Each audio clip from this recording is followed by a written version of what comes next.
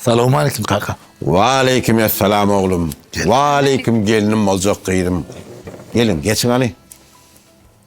Kaka, yine ben alacaktıydım. 2 yıl verim halaşıyoruz.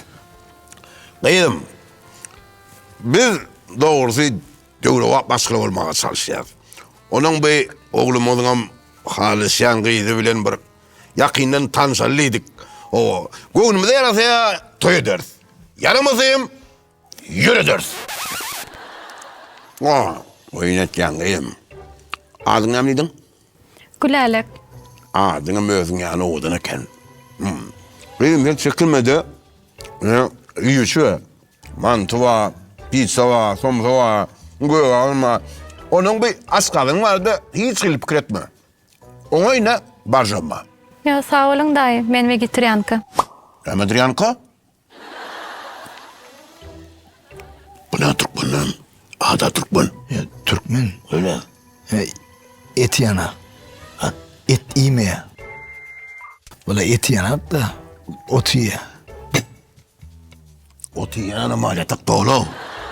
Bize otu yiyen mal gerek geldi, yani et yiyen gelin gerek. Düşündün mü? Halam kıydım, halam. Tuveleme. Vay oğlum, ay yağlı itaylaptır. Tuveleme. Hoş geldin bizim köyümüze. Hoş geldin. Tuveleme. Katı olacak iyi. Adı Gülalek. Özüm Vietnamka. Vegetarianka. Vegetariankece. Tövbe. Biçer bolyam kaunu. Bizim zaman belki saklayıp düşün. Otu ye de figura saklaya. Ay bolya yaşlıktır da. Onu kıydım sen ne emet ya? Okuyan mı ya, işleyen mi? Men aydım Aycandaydı. Toya atmaya, toydan toya. Sağatlayın gidiyor. Uy. Toydan toya katlayan olsa aman. Yine ben biten çayına nakırına ödüm seyretmeli mi? Bu barkodun ben özmetmen olayan mı? Nece? Ucuz.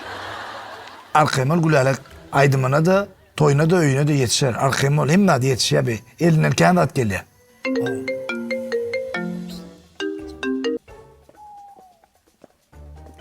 İşte hani hayti olun hayti, halka aydın haytım ya. Öyle yolunaydı. Öyle halk mı aydınlanaydı? Bağışlayın men bugün payhas toy mekanına toyunmadı, toya gitmeli. Sağ olun sıyla hormatınıza köp. Orası kaydı. Dedim. Toylayacağız uyan. Buradan yine kırdıydı zaya alsak bakmak mıdır ya? Nice kolyan ne? Kıydım dayım oyun diye. Sağamanca soğuk. Sesin belinde yanlansın. Sağaman soğuk toyunu. Payhas toy mekanı vardı. Köpeştik. Nesip olsa inşallah sizin hem toyunu değil. Payhas toy mekanı nedir? Uğradı mene gelecek alır. Ne deyip o da zayım tapılar, pulum tapılar. Bayım çıkıydı kala. Nelere günümüz o? Ne ettin mi? Sağamanca soğuk toyunu. Toyda sesin belinde yanlansın. Yönü üyde benim sesim yanlanar. Ne diyen o? Oturdu rakarın isene sen.